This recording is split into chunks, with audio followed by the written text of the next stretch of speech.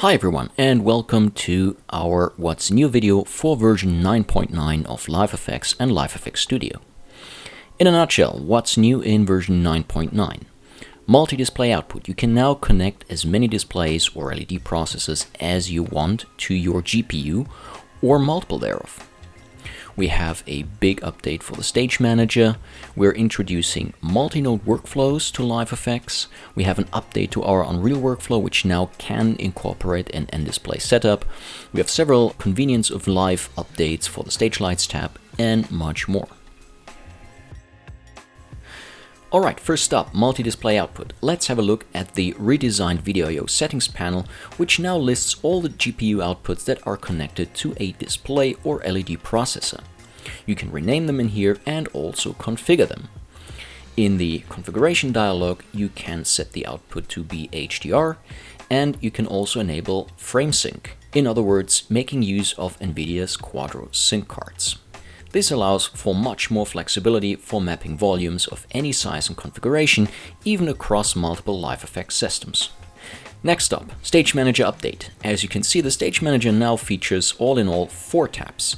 On the first one, you can import and export stages, and these export also include wall meshes. This makes it much easier to distribute a wall setup across multiple machines, and it also can be used in an N-Display Unreal Engine workflow, which I'll get to in just a bit. The Walls tab has been left pretty much as is. In here you can still import or create and position walls in 3D space. The biggest update, however, is in the Mapper tab. In here you can now create mapping pairs between walls and display outputs. And as you can see here, you can create the same mapping twice or even more times and segment the wall.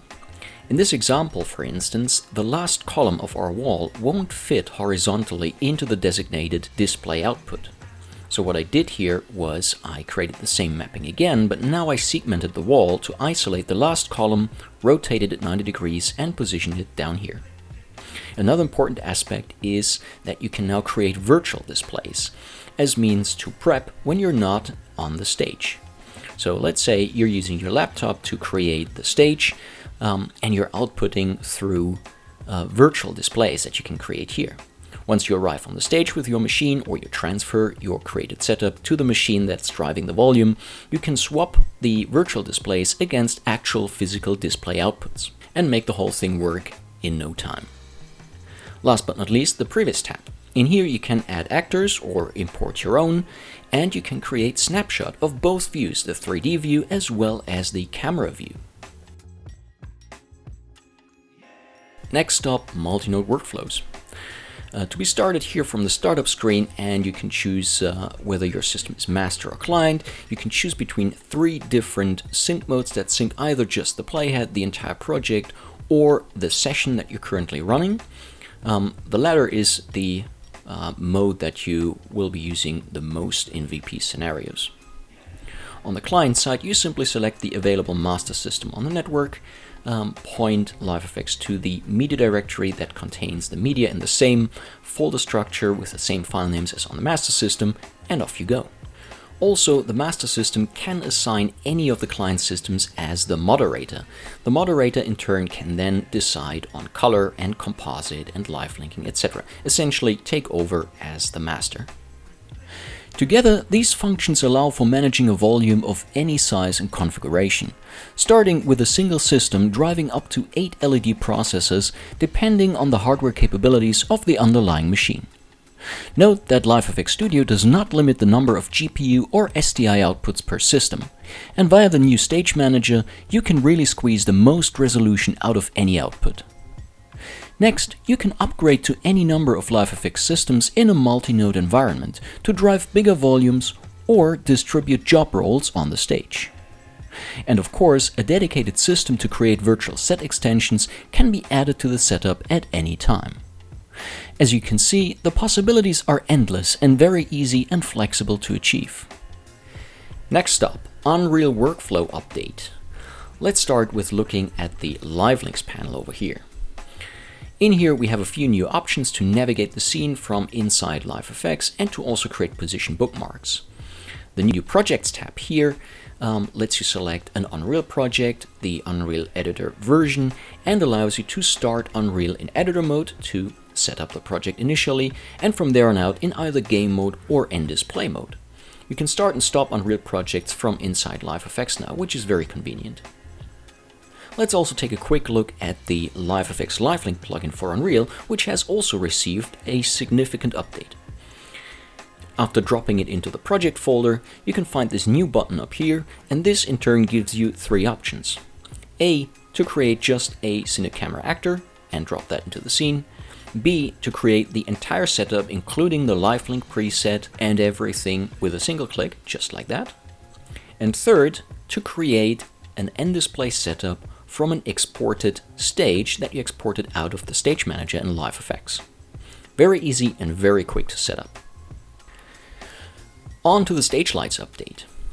First of all, we created a new library. Previously, this library only featured the Open Fixture library, which you could download locally onto your hard drive. However, now you can create your own fixture library by creating your own folder structure and storing GDTF templates as well as FDMX templates that you exported out of LiveFX.